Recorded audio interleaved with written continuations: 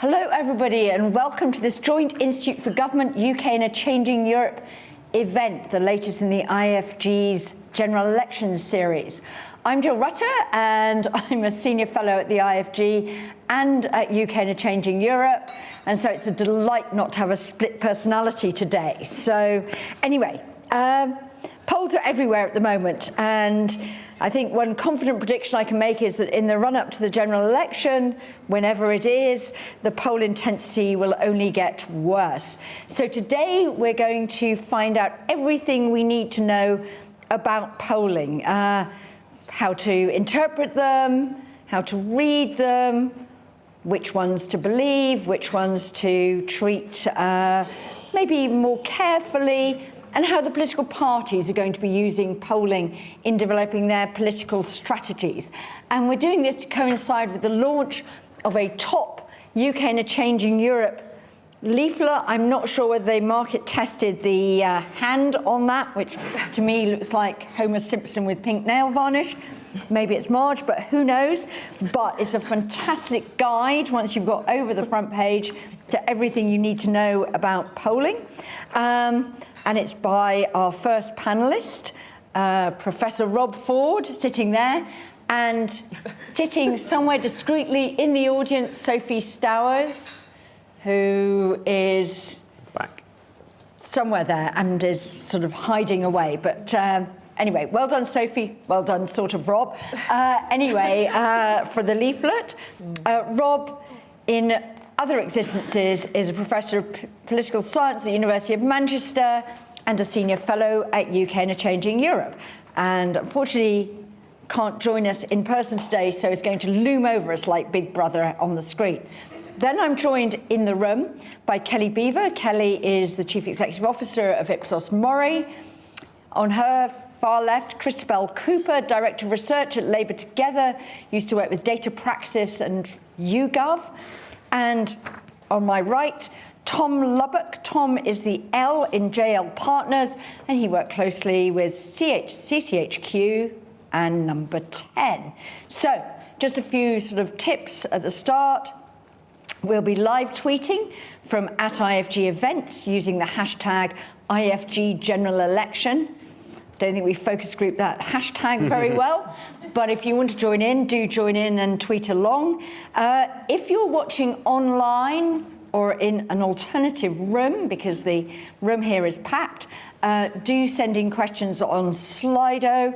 And if you like a question and it's very similar to one you might otherwise have asked, please upvote it, because that makes it easier for me to tell where the interest really is. If you're in the room, you can either post your questions on Slido or you can actually stick your hand up and I might just come to you. Anyway, going to kick off without further ado. Rob, going to start with you. You produced this very handy guide to polling, but what are your top tips if we want to be informed consumers of polls in the run-up to a general election? What should we watch out for? Thank you, Jill, and thanks for inviting me. Sorry I wasn't able to make it in person. It's a bit strange watching myself as a giant floating head, I must say.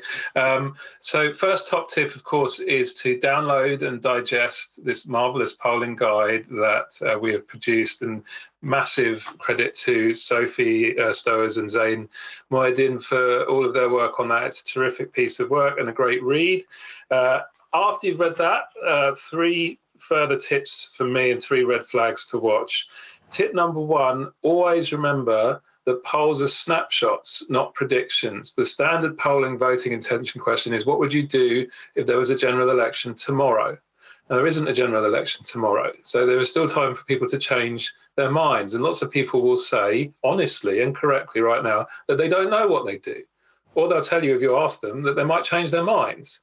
So don't treat them as a definitive forecast of what's going to happen in the general election. There is always time for things to change, even in the final days of a campaign. Point number two, polls on the whole, though with some important exceptions, are national snapshots, not local snapshots. And that means they can't tell us a lot about some of the important sources of local variation, most importantly tactical voting, which I suspect we'll discuss later on. And point number 3, polls are all aiming at the same target. The pollsters are all trying to predict the same thing, which is the relative popularity of the parties. And that means that, first of all, you can use the averages. They're useful and they're widely available these days, and use those to judge when pollsters are differing from each other. And when they're differing from each other, that is interesting and useful to know. Now, 3 quick red flags. Number 1, biggest one, I always say to my students, unrepresentative samples. If I do a poll of my Twitter followers, that's not a representative poll. If my son does a poll of his friends on the playground who are all Man United fans, that's not a representative poll either. And it doesn't matter how many Twitter followers you have or how many Man United fans you know, it doesn't make it representative. Pollsters work very hard to generate a representative sample. If you see a poll that doesn't have one, don't take it seriously. Red flag number 2, watch out if you see big unexpected results or big unexpected shifts. There's an old rule in polling called Twyman's rule. If a poll looks interesting, it's probably wrong. So if you see something interesting happening, wait and see whether or not several polls say it's happening before treating it too seriously. Point number 3, watch out for badly designed questions. People will answer any question you put in front of them in an opinion poll. They want to be helpful, they want to be nice, and they want to look informed. But the answers aren't always useful. And I'll give you one example of a question that doesn't even necessarily look particularly badly designed, but gets asked all the time and really isn't much use. If I ask you, will the following thing affect how you'll vote in the general election? Lots of people will say, yes, it does. That's because you've put that thing in front of them, so now it's at the front of their mind, and people aren't very good at figuring out what influences how they vote in general elections, so they tend to overestimate the influence of what you've just said.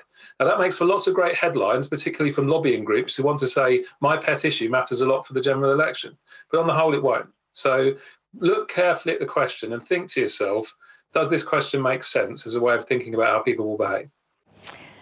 Rob, thanks very much. I'm going to move straight over to Kelly. I wondered if you had any sort of, either tips or red flags to add. And Rob was saying, actually, you need to have lots of results going in the same direction, before you can sort of make too much of that and say a poll has become a bit of a trend. But if you get results that look like a bit of an outlier, do you think, excellent, that's going to generate some headlines, that's going to generate some interest? Or are you thinking, oh my God, we're looking a bit of an outlier here, are we going to be isolated and look as though we're the polling company that's getting it wrong? Okay. And is that a bad news for a commercial polling company? Thinking about 3 questions in there, Jill, so just some context. So we've been doing polling, political polling and other polling in this country now for over 50 years. Our methodologies are still telephone for our core voting intention poll, but we use other methodologies for other types of poll that we do around political issues. Just the first part of your question was anything else you would add to what Rob said, and I think, look, a lot of the brochure is brilliant, by the way, and we and others need to do a huge amount about how you interpret the polls and help understanding amongst journalists and the public. So this is great as a thing to have produced, so thank you for that. But looking outside of the voting intention poll, which most of this focuses on, that core number, how are people going to vote? There are lots of polls which look at salience of key issues that matter to voters, how they feel about different politicians and political parties. Those are really interesting as well, and equipping yourself with an understanding of those in the run-up to the election will help you be a bit more informed and a bit more educated. And then the other thing I would probably say is about understanding, if you really want to go beyond the poll of polls and the aggregator for the polls, getting an understanding of what the house effects are for each of the individual pollsters will also help you be informed. We all make choices at each stage in the design process, whether that's about the way the question's worded, the mode through which we poll, or the way in which the representative sample is built.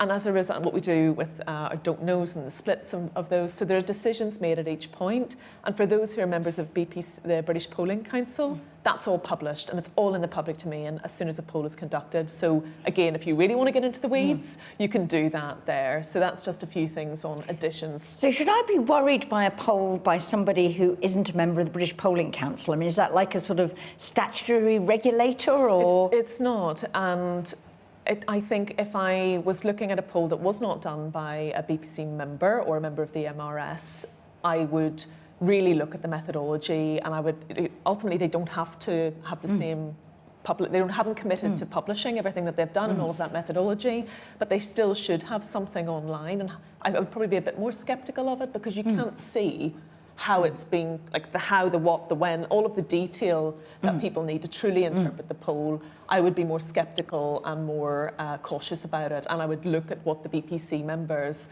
are saying and whether that's contrary or whether it's similar and aligned.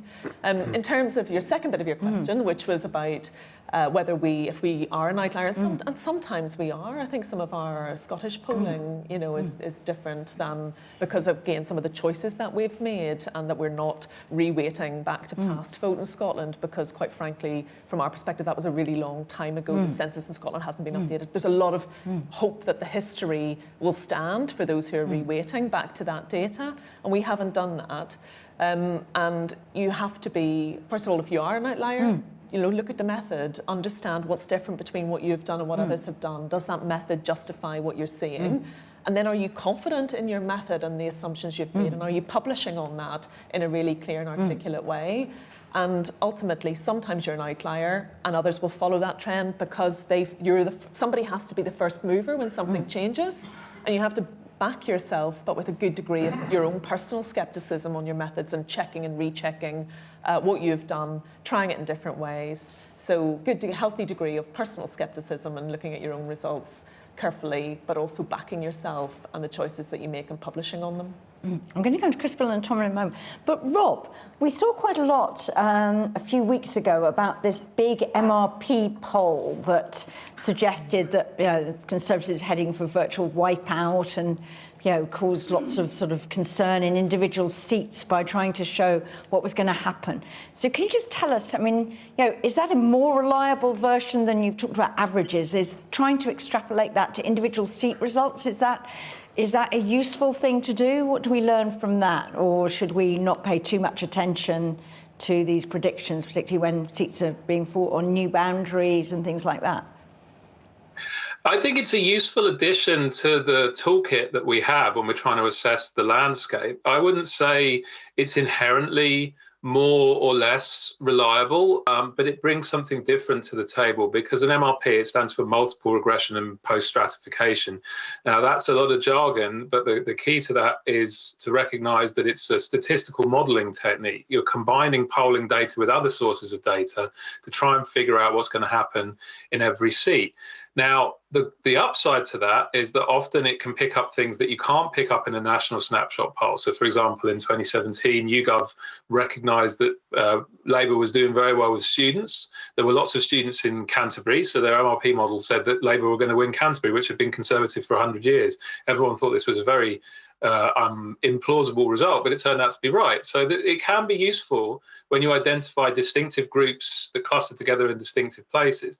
But on the other hand, you're more reliant on the choices you've made in your statistical model. So then you've got two sets of choices. Kelly was talking about the choices pollsters make and how important they are. In MRP, you've got the choices the pollsters have made in the poll that feeds the model, and then you've got the choices that the statistical modelers have made in generating their model too. So that's lots and lots of choices. And you don't know ahead of time if the choices are going to be right or not. But it does enable us to paint a richer picture of what the electoral map looks like. And sometimes that generates a different reaction, even though they're pointing in the same direction. So actually what the MRPs have been saying, 400 Labour seats, if you just do a very simple, uniform projection from current polling, you get to a pretty similar result. I think people are not really realising how bad this election looks for the Conservatives and how good it looks for Labour on the current figures. So sometimes just having that more sort of nuanced model that fills in the map can get people to think about it a bit differently and realise actually what was already there. So Christabel, Rob set you up brilliantly. Labour's doing fantastically at the moment, consistently sort of 20 points or so ahead. So are they commissioning any polling themselves? Are they looking at things? Are they just reading the polls and sitting back and smiling? Are they using them to think about political strategy? What use is polling when you're just sitting there and every poll says 40 plus, Conservatives 20, not very much? tempting as it would be just simply to sit back and smile, I'm old enough, and many other people in the Labour Party are old enough to remember past years when Labour thought they were on course for victory and turned out not to be. So no complacency is very much the watchword.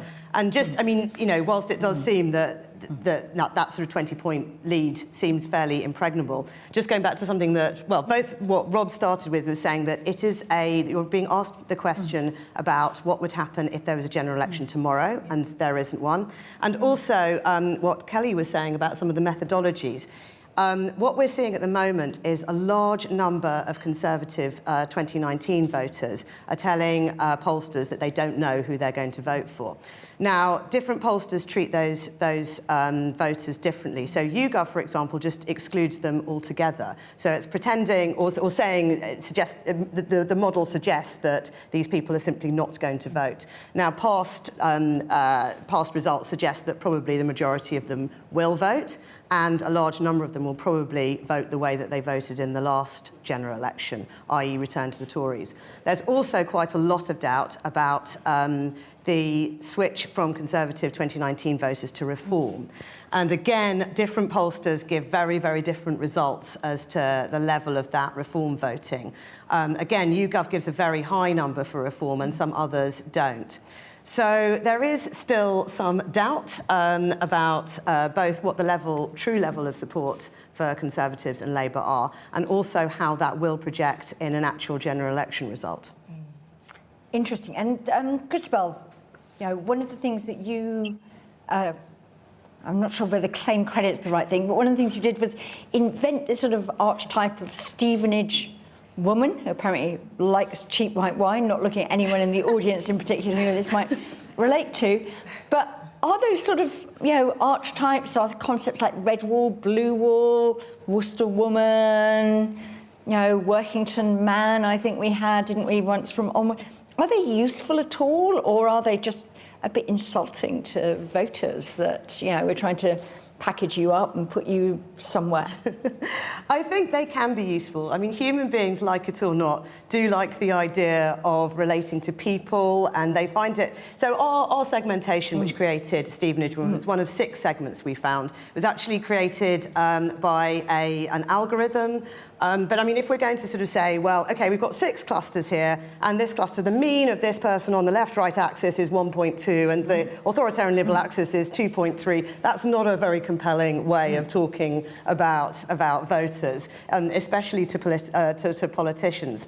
So, I mean, these are clusters that of people that do have similar attitudes and that we think will think about politics in a similar way. And I think it's useful for politicians to be able to understand the groups of people that they need to be appealing to in order to build a winning coalition, and also to understand how to speak to those people, what their priorities are. But I think, you know, like I say, sort of trying to quote mathematical numbers at people is not going to be a particularly good marketing ploy. So actually, I think creating a sort of an embodiment of some of these things is just really, really helpful, I think, for politicians to understand. And actually, I'm quite pleased about Stevenage Woman, because it was a sort of voter that I think politicians often don't think about a lot. It's somebody who's quite politically disengaged, and I think probably that's the hardest person for people in this room or watching to think about, people who don't think about politics all the time. So what we really wanted to do with that segmentation was actually to point out that most people, you know, they're talking about Celebrity Love Island, they're not talking about, you know, what Angela Rayner's tax affairs or whatever. How did you know who we had in the front row there, Christabel? That is uncanny, she said. Tom, flip side of Labour, how will the Conservatives be using polling at the moment, other than sort of just an excuse to go and get a drink?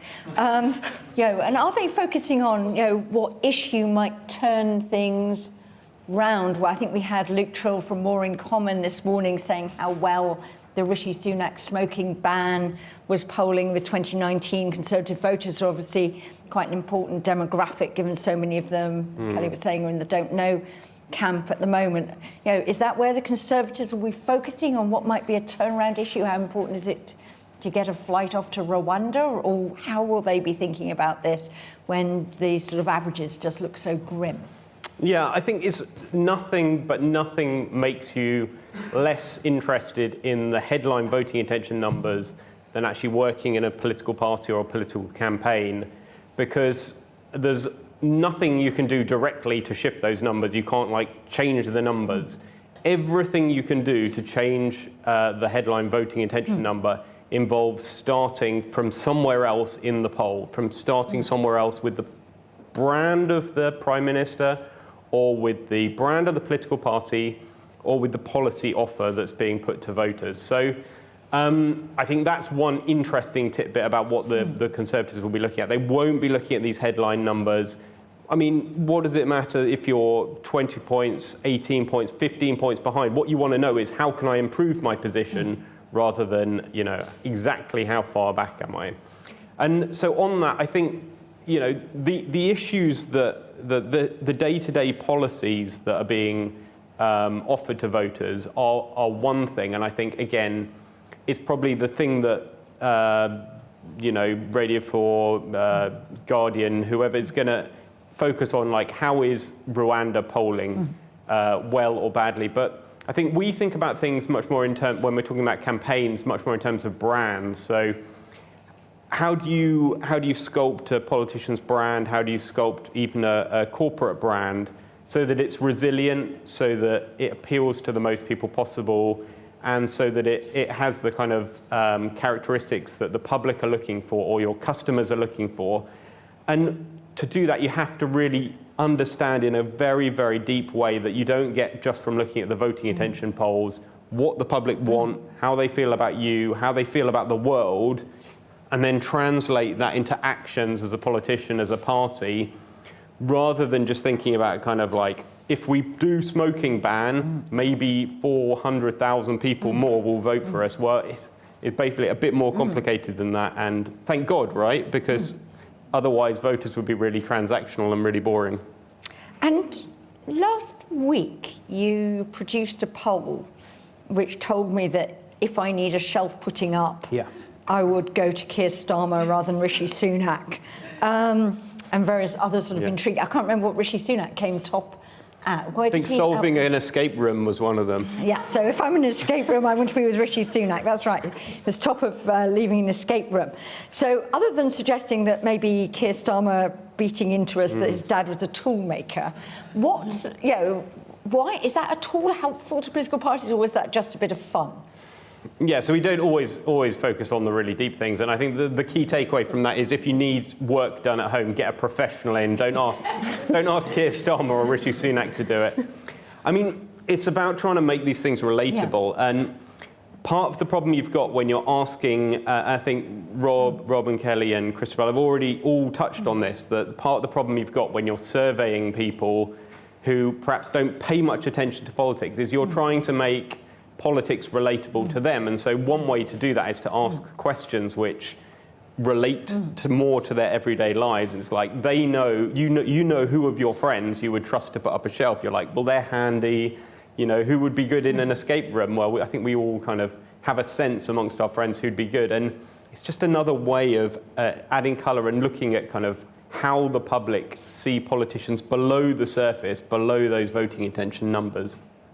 So how useful are focus groups as opposed to just big sample surveys? Obviously, you've only got sort of a few people in the room, might run them in multiple places or whatever. Kelly, I mean, when do you think focus groups really come into their own, and when should people be quite wary about them? Sure, so we do use them a lot, actually, right across our business, public, private, audience measurement. And in the political space, they're helpful to understand a bit more of the why you're seeing what you're seeing.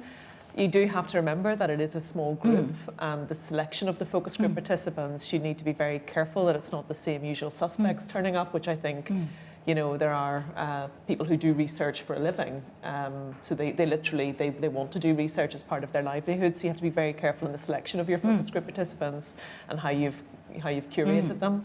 It is useful. I know that JL Partners do a huge amount of focus groups specifically on politics, and you do get some great one-liners from it, and I enjoy hearing all about those. Actually, they're good fun. So you do ones, don't you? You have a regular slot on Times Radio. We do. Yeah. I think, look, I think we think focus groups are actually more important than most people do. And I think, yes, they're important for getting at the why, but also they're important as a listening exercise. It's very hard to listen through an opinion poll. If you really want to listen to your consumers or the public, the best way to do it is to get them in a room, not put too many constraints on them, and let them talk. And what you hear from them in terms of language, in terms of the issues with their lives, in terms of how they think about politics, then becomes a really useful kind of platform to build an opinion poll, to build a campaign on. And so I think, yeah, we think focus groups are more important, I think, than the average. And Christabel, does Labour think focus groups? Oh yes, they certainly do.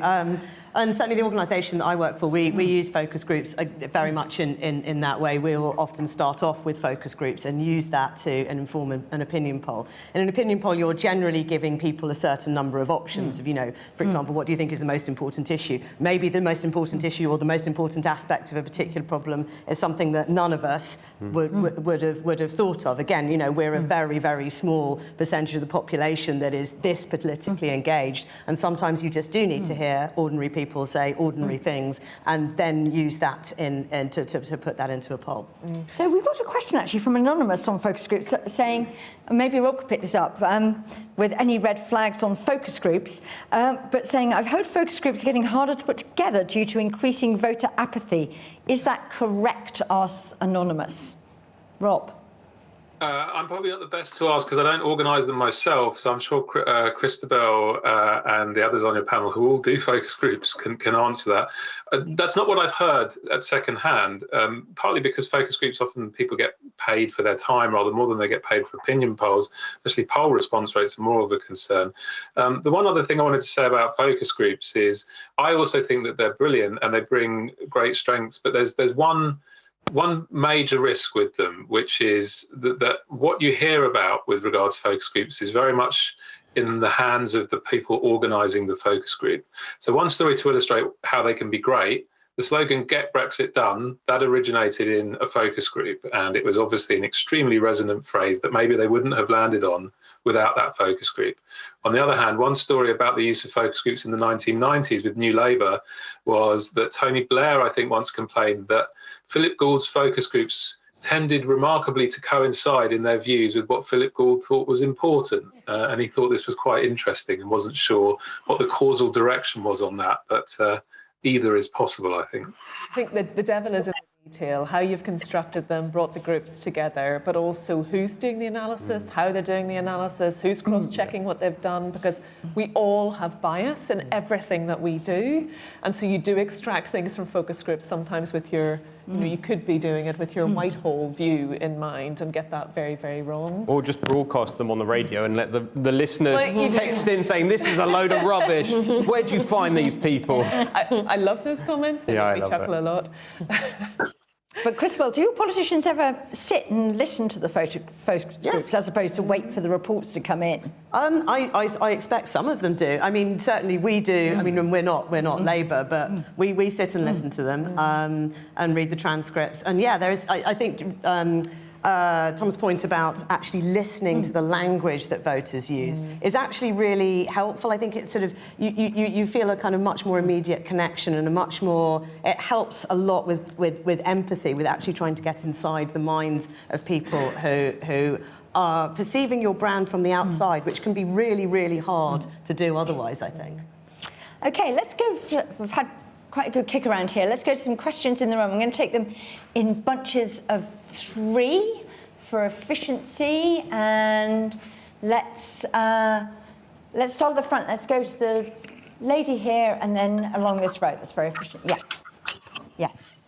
Hi, I'm Jo Evans from polling firm Whitestone Insight.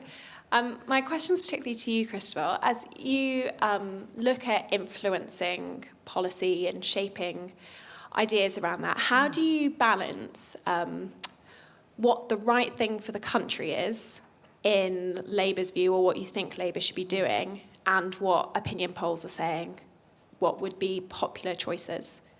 Okay, and let's start with so. Okay. And yes. Hello, Jonathan Rainer, actor. has there ever been a poll to ask the general public if they trust the election polls results or polls in general? Okay, that's a very good, very good question. And let's do one more at the front here, and then we'll do the back. For Kelly, Yeah.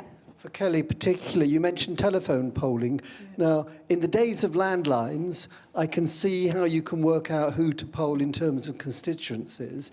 But as far as I'm aware, and this might be ignorance, a mobile phone number doesn't help you locate the voter. Okay, and can you tell us who you are? Oh, I'm sorry, I'm Ivor Gaber, University of Sussex. Brilliant. Well, let's start with that sort of more technical question to Kelly, and maybe Rob's got a comment. Telephone polling, online polling, landline deaths, mobiles, what do you do? So our telephone poll, first of all, there are strengths and weaknesses of every modality. So for the telephone, struggles more with young people, actually. And We're still using landlines? We use landlines and mobile. It's a random RDD approach, both, more mobiles than landlines. And we only use telephone because it's very expensive. The other downside is it's an expensive way of doing it, which is largely why I think you'll see majority of the industry, like everybody else, bar one perhaps, who is now using online methodologies, which is a much cheaper way, reduces barriers to entry, etc. But the voting intention poll, which is a national estimate, uses telephone polling. So forgive me. No, nobody can hear you. So how do you cope with geography? It's national, and so therefore you're giving a national estimate. When we do things that are at a lower level, I mean, you ask them geography, so you ask them where they are, so it's a reported piece. But you have a whole range of things that you're asking people when you're doing those to give you an indication of the observable characteristics that you need to feed into any of your models as well. There were other questions. Yeah, no, that's... Rob, let's take this question here about polls on trust in polls. I mean, pollsters had a sort of slightly bad run, didn't they, in the sort of mid-2010s or whatever, with the surprise in 2015, the referendum result, and, you know, I mean, do the public trust polls, or do they just sort of discard them? And do they actually influence voting behaviour? We map that into a question on tactical voting.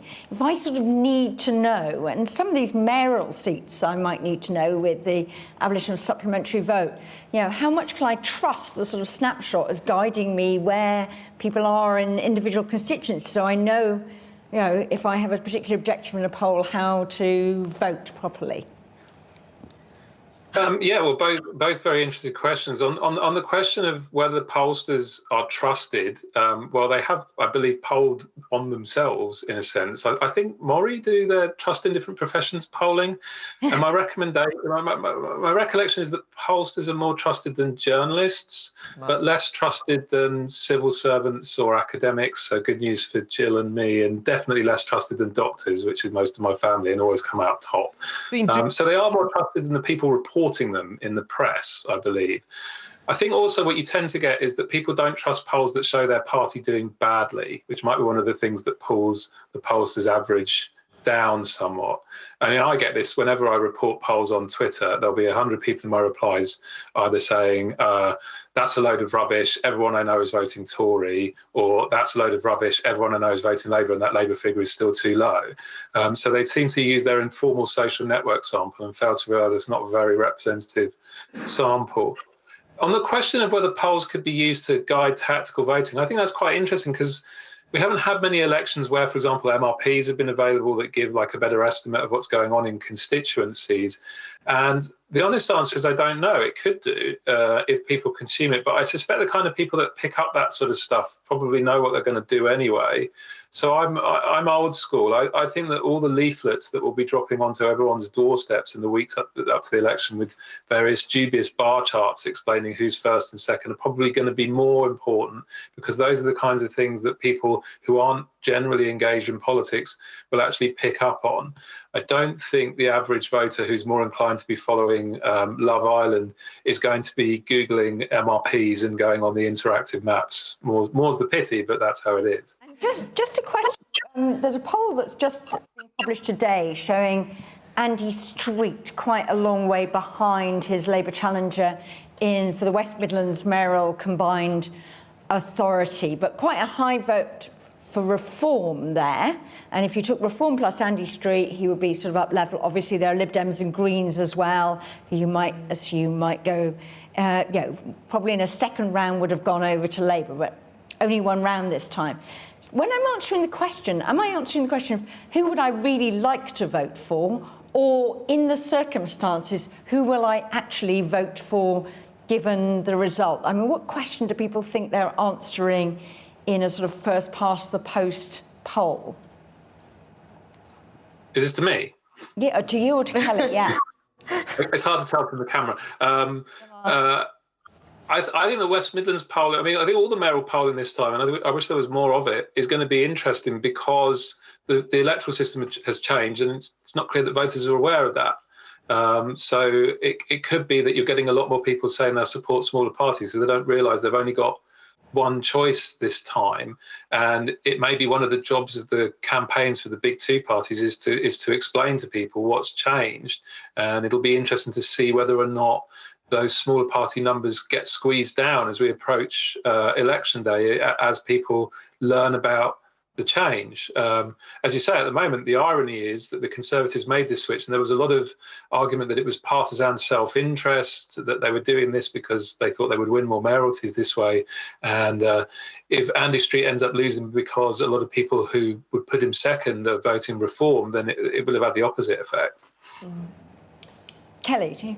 I'm still not convinced I understood your question, what you were asking, Jim. So my question is when I'm asked how would I vote tomorrow, do I either say, well, this is the party I like, or actually, given the result I want, this is how I will vote in my specific constituency? So there's been a lot of cognitive testing of different questions to understand what the best question is to elicit a voting intention response. And so you'll see a lot of the voting intention questions used by pollsters are very, very similar, so that it gives a better understanding of, as they stand today, how do they physically think they're going to go and vote? So there are lots of different permutations of that have been tested throughout the years, and you'll see that most of the pollsters are using the same wording for voting intention. That's for a reason.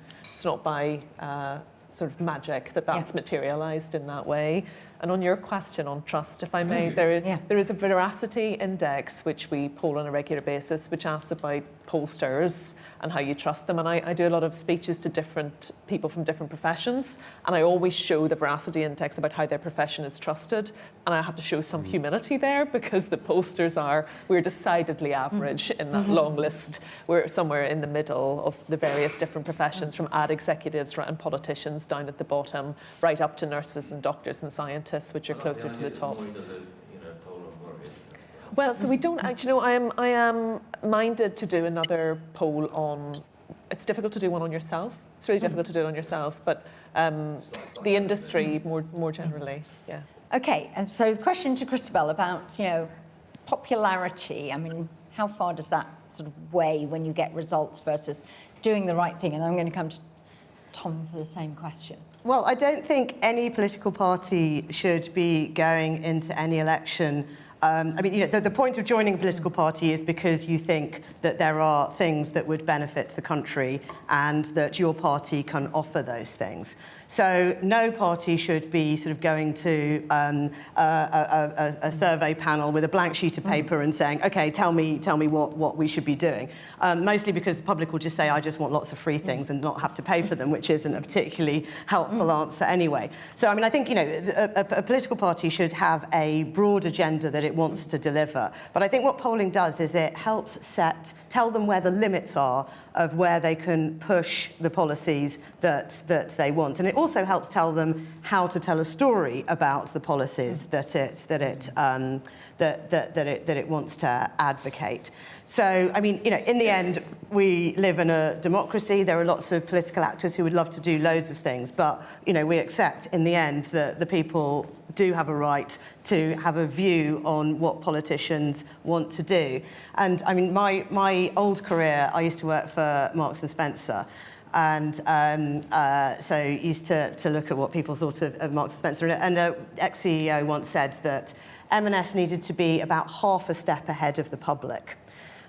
because it's a mainstream retailer, can't be sort of cutting edge fashion because no one's going to buy that. But on the other hand, doesn't want to be just following people. It needs to be able to curate a collection of clothes that people want to, that people will say, okay, yeah, okay, I realise now that that's what I want to buy. So I think for a mainstream political party, that's probably where they want to be.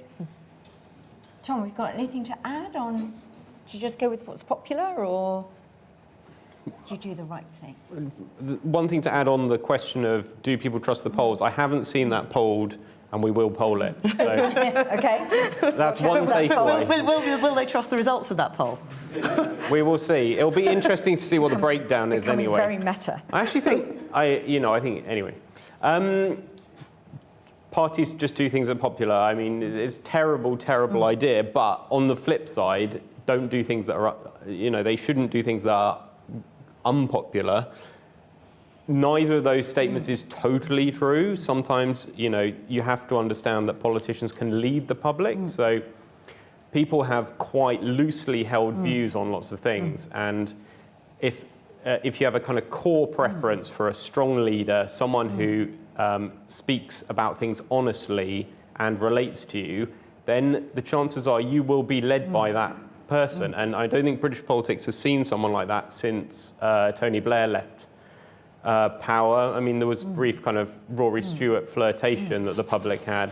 But, it is possible to lead the public, but you do have to know where to lead and where to steer clear of. So don't just do things that are popular. But, yeah, a bit more complicated. So just building on that, we saw during the 2010 election, didn't we, that sort of big sort of Clegg surge that came and then sort of was reflected in polling and then went again. And I've got one or two questions coming in on Slido about George Charles has asked, does the long string of polls showing very large Labour leads risk inducing confirmation bias about this? And, maybe even people who might want Labour to win but don't think that they should have a massive landslide. Does that potentially change voting choices and voting behaviour? And another question from Anonymous on the other side, which is whether shy Toryism is still a phenomenon or not. And we've got, are these don't know red wallers actually ones who, just don't want to admit that maybe they still will vote Conservative or whatever? So how should we read those? Do the polls actually affect the outcome, particularly as we get close to maybe during the campaign? Yeah. Tom, do you want to? Shall I do the shy Tories and do that some side shy of things? Tories for us? Yeah. Yeah, I mean they're very, very shy at the moment. If you're a Conservative, I think look the one area at the moment where I think things the polls may be endogenous and feeding back into politics is on the reform vote, and I think Nigel Farage has said himself that he's waiting to see if reform draw level with the Conservatives before actually jumping into the race. Whether or not he does, I don't know. But I think, unless without getting double digits in multiple polls, reform would not be taken as seriously as they are, and that then feeds back into their national standing. But I think the danger is you say, well, this is a terrible thing. Polls are influencing the way politics works, but the polls are just a reflection of what the public are saying at some level. And so it's a useful feedback mechanism. And, if there are a group of people out there who feel really strongly about something, we want to hear from them. Kelly? Well, I think what's one of my favourite pages in this booklet, which I will show, Thank you, Kelly. Where's the page where it says, what would happen if there are no polls? Yeah. And it talks about how outside influences start to manipulate truth and create a new version of truth, which is not truth. And the polls, at their core, are trying to get a true and representative view of what the public think and feed that to the public who have demand for that information. And I don't believe, certainly our organisation does not profit in any way from political polling. We don't work for any of the political parties. It's an independent public good that we're providing by collating the information and publishing it with a reputable way. And I think that's one of my favourite pieces. How the politicians use it and how it is taken and utilised is a step beyond our remit. Rob, be interested in your comments on voting's effect on or polling's effect on voters, actually, that sort of feedback loop. But also, sometimes we see parties saying, you know, our private polling is showing this. What's that all about? Is there really some sort of different sort of polling that is going on? That are they asking different questions, or is it just, you know, I'm trying to throw a bit of sort of mud in the face and, you know, don't believe what's going on? But is there anything to it? Is there any such thing as private polling? Well, I think you've always got to be a bit sort of wary and sceptical of a party that's not doing very well in the polls says, oh, I've got a private poll that shows I'm very popular, but you can't see it. It goes to another school. I would be, all parties do private polling, and sometimes it does show up things that aren't necessarily clear in the public polling. But you've got to remember, whatever they're telling us about their private polling is a strategic decision in itself. So it's never going to be, you know, a neutral and full disclosure like is true with the independent pollsters. And I think this does relate to the point about polling influencing voters and what happens if there isn't polling and so on. I mean, one of my favourite sort of campaign stories, I think also is in the booklet, is in Poland, as in a number of European countries, they ban opinion polls for the final couple of weeks of the campaign, which is supposedly to provide a kind of moment of reflection where voters weigh everything up without the distraction of polling and without being influenced by polling. But that isn't what happens at all in practice. What happens on social media in Poland during the period when the polls are banned is a so-called market opens up. And prices are posted in this market on pistachios and on coriander. Now, why is that? Because the two leading parties in Poland are PIS, Law and Justice, and KO, Civic Coalition. And these prices on the market are, in fact, what people are claiming private polls are showing that are not in the public domain. So nature abhors a vacuum. People want to know what's happening in the final stages of the campaign. If that information isn't available publicly, then worse information of uncertain origin will float around in the market and influence voters, but without any kind of transparency or accountability. So I think it is possible that voters get influenced by polls. It's certainly true that they want to know what's happening in polling. And given those two things, the best we can do is to make polling as transparent and public and independent as possible. Okay. If I can just add, there was a lot of talk in the 2017 election about how perhaps lots of people voted Labour because they didn't expect Jeremy Corbyn to do all that well. And just to the point I said, in fact, that turned out not to be true. Most of the people who voted Labour actually thought Labour were going to win. I can say I was not one of them. But so I think it's kind of interesting that I don't think that the fact that Labour are really far ahead in the polls at the moment will necessarily then mean that people will stop voting Labour. Basically, people want their party to win. It's a kind of, you know, and going back to the point about sort of do people trust pollsters, they tend to trust the polls that tell them that the party that they want to vote for is going to win. So I think that that's the sort of probably the way round it operates rather than the other way round. Okay, let's go to some more questions from the audience. Yes, so we've got another crop. Let's do the back crop, Lauren. So there, and then let's take 4 in a very efficient crop. Yes. Kieran Walters, Prospect Union. We're seeing the electorate become ever more volatile. The public identifying less with parties overall and in a less long-term way. It's been touched on already, but what's the challenge, if any, for pollsters in doing polling in that environment, how things are changing? Okay, yes, and then right next to you. Andrew Smith. Last week there were 2 polls for the London mayor election. One showed Sadiq Khan with a 25% lead, which was consistent with prior ones, and the other showed just a 13% lead. Is there any way in which both polls are valid? Okay, and I think there was some more people. Yes. Thanks. I'm Matt. I'm a maths teacher. Notwithstanding that polls are not predictions, they're snapshots. It seems that a don't know proportion is quite big at the moment. I wondered how that's getting taken into account and whether everyone that gets asked does end up voting or whether some of those don't knows don't vote, etc. And I think a gentleman immediately next to you, yes. Very efficient. I'm Phil, just a member of the public. Do you think MRP polls will have much of an influence on tactical voting? Yeah, I think we've discussed that a little bit. So if any other panelists want to pick up MRP, tactical voting, when I read what's going to happen in my seat.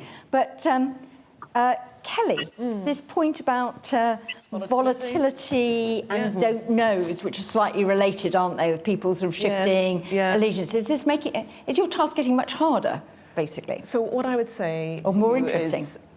Yeah, it's always interesting doing this job, Jill. This is a brilliant job. We get to observe the public at scale, which is fascinating. So at Ipsos, we look at lots of things, not just politics. And what we've seen is that from the beginning of this decade, we have seen much more volatility, not just in terms of public attitudes and what they tell us, but at the fundamentals of their core value sets. Some things that haven't moved for a long time in terms of public values and sentiment around that have started to move. And that we've coined the restless decade. It hasn't quite caught on in the way Stephen H. Woman has yet, but it is a concept, and we have seen more volatility in movement, not just around politics, but around a whole range of issues where we measure societal and consumer trends as well. So it makes you really double check what you're seeing, I would say, when we see movements that we're not anticipating, and it makes you seek to corroborate it with other sources as well. So we are full service. We do face-to-face, telephone, online, social media analytics, you name it. We utilize it still. And as a result, you do use more methods to sense check what you're seeing in perhaps what would be a normal quantitative poll.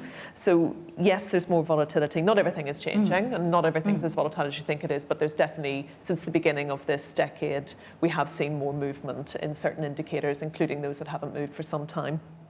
So Rob, what's the best way for a pollster to deal with don't knows or people whose voting intention isn't clear? I mean, what are the sort of options, and what's the best way of treating those people? I was just listening to the George Osborne, Ed Balls podcast about Brexit, and George Osborne was saying, well, of course, the thing that everybody got wrong on Brexit was the assumption that people who didn't vote in general elections wouldn't vote in the referendum, and that's why people thought Remain would win, and etc. Yeah, but then those people who stop voting don't go back to voting in general elections.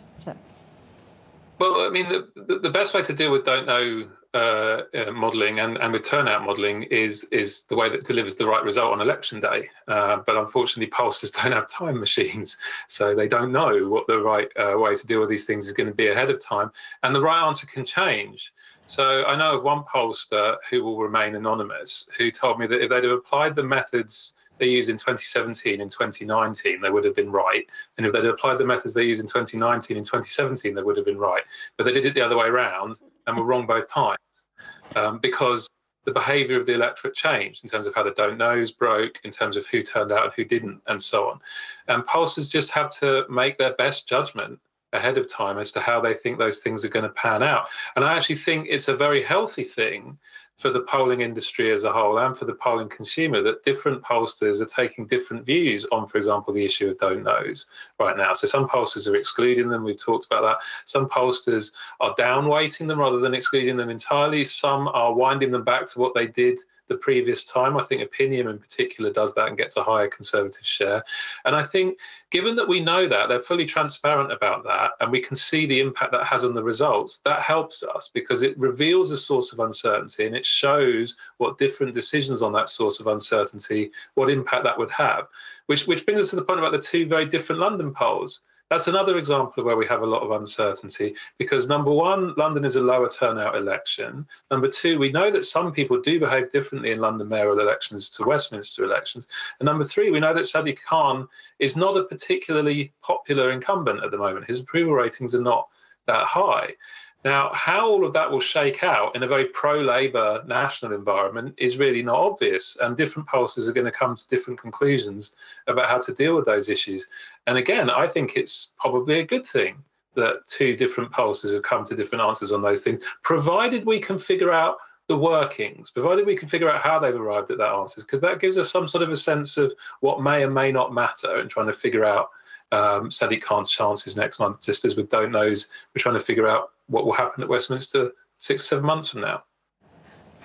Any comments on the mayoral elections? Yeah, I entirely agree with what Rob just said. Just in general, polls do tend to overstate Labour's lead in mayoral elections. Again, from what Rob was saying about the particular nature of the electorate in London, full of young people, full of ethnic minorities, both of whom tend to have low political engagement, but pollsters will tend to find people with high political engagement, so may not be representative.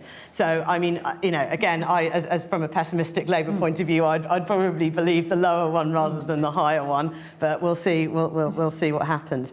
I was just going to take the question about MRPs and tactical voting. Yeah. We did some work on tactical voting, and what we found was there is a lot of willingness amongst non-Tory voters to switch between parties in order to defeat the Tory candidate. However, what we also found was that there was quite a profound level of ignorance about who came second in your constituency last time. That's been particularly complicated by the fact, of course, there's boundary changes at the moment. So I think from recollection, it was only something like 20% of people could name correctly name which party came second in their constituency last time. I think, so, however, something like sort of 80% of people claimed they knew who they should be voting for tactically, so slight discrepancy between those numbers. I haven't looked at the gender breakdown of that, but I can guess what it is.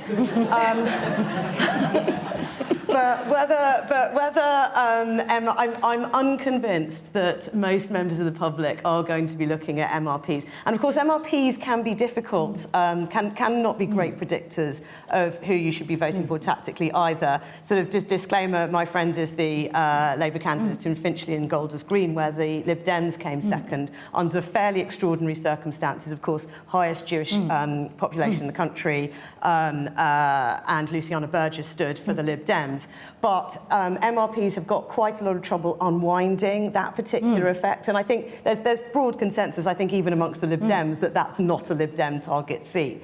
So it can be quite difficult to determine. And I think in the end, I think Rob made the point earlier, what will probably influence voters more is the amount of leaflets that come through the door, the amount of people that they see on the street.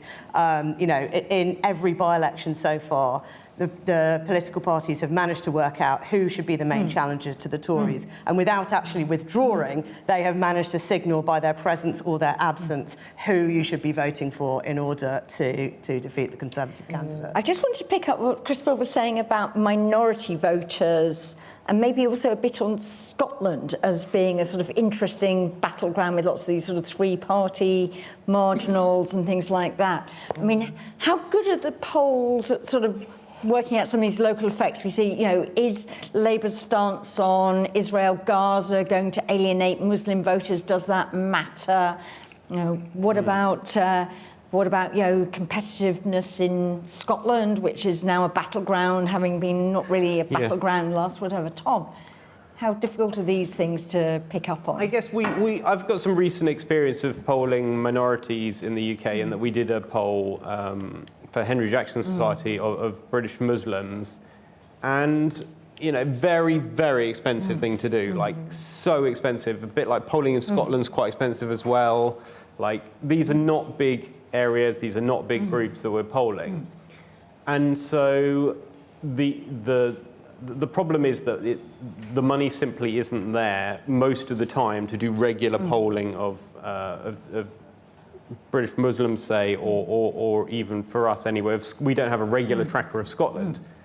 And you don't necessarily get, sticking your neck out and doing a poll like that doesn't necessarily win you any friends. In fact, lots of people were highly, highly unfairly critical of that poll simply because they didn't like what it said. So, there's that trade-off there. It's very expensive. You don't necessarily get the credit for doing that. And I think that's why you don't see a range of different polls in the UK. It's just nationally representative poll after nationally representative poll. I think it is where qualitative methods really come into their own, though exploring issues that are more sensitive, more heightened, where you can dig a bit deeper and listen a bit more. That is where the qualitative methodologies add something really rich and important, I think, to the tapestry of what you can do.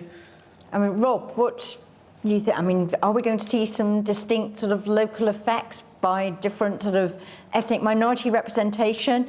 Are the polls, we see that, Anna Sarwar and Labour seem to be overtaking, Scottish Labour seem to be very competitive with the SNP, if not getting slightly.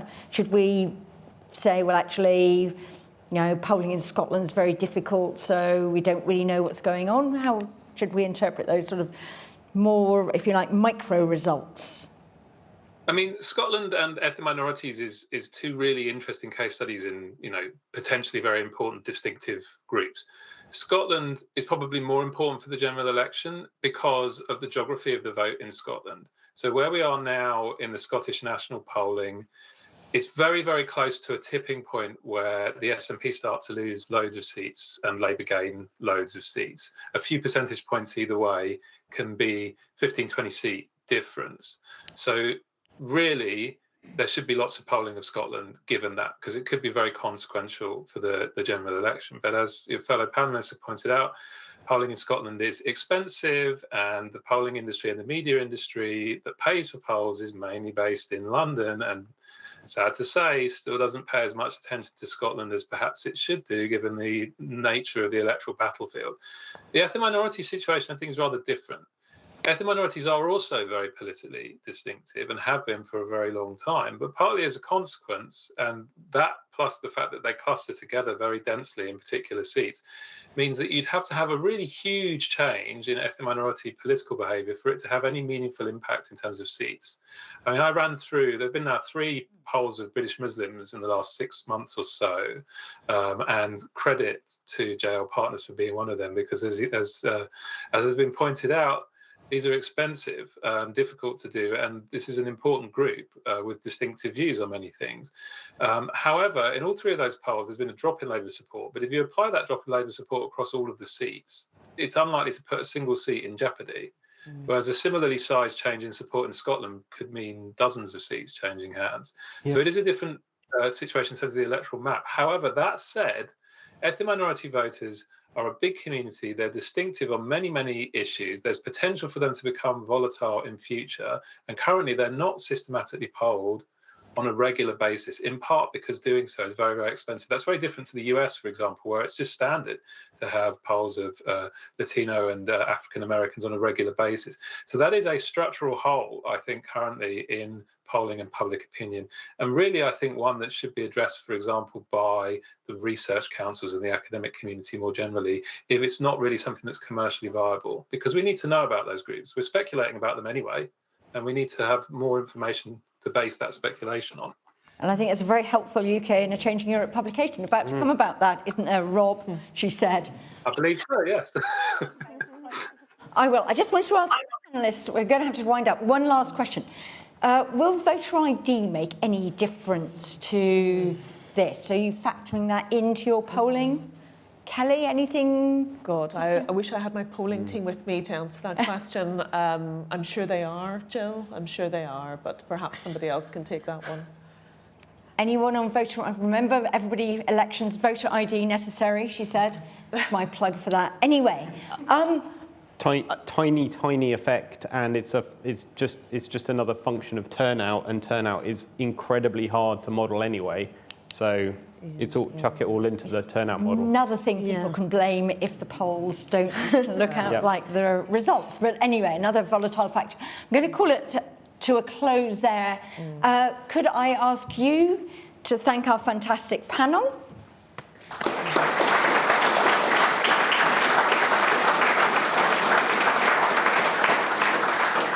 Could I thank UK and Changing Europe for partnering with Institute for Government that event. Plugs for 2 further events. Next Wednesday, a week on Wednesday, UK and Changing Europe has an already sold out but available online, Unlocked in the evening with John Curtis. So if you're interested in polling, you want to find out everything you always want to know about John Curtis, maybe a bit about polling as well. And the very next day, Institute for Government has the next in their general election series on can any government do anything to improve ethical standards, or some such title like that.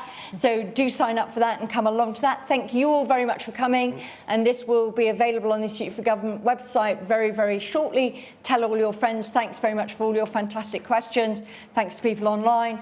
Very many apologies to people in the room whose questions I didn't get to, but as one of my colleagues said, we really should have scheduled longer for this. So we really should have scheduled longer for this. So thank you very much, and see you outside.